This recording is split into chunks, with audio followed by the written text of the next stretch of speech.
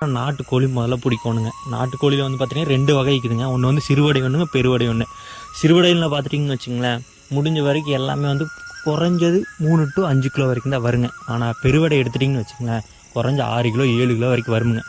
So முடிஞ்ச வரைக்கும் பெருவடையாகவே எடுக்கிறதுக்கு பாருங்கள். சாவலெல்லாம் பார்த்துட்டிங்கன்னா பெருவடை சாவல் எடுங்க. கோழி வந்து பார்த்திங்கன்னா சிறுவடை கோழி எடுங்க. ஏன்னு பார்த்துட்டிங்கன்னா சிறுவடை கோழி பார்த்திங்கன்னா நல்லா வந்து குஞ்சு காப்பாற்றுங்க. ஆனால் பெருவடை கோழி வந்து 3-4 குஞ்சு தான் பொறிக்குங்க. காப்பாற்றுறதும் வந்து கொஞ்சம் கம்மி தானுங்க.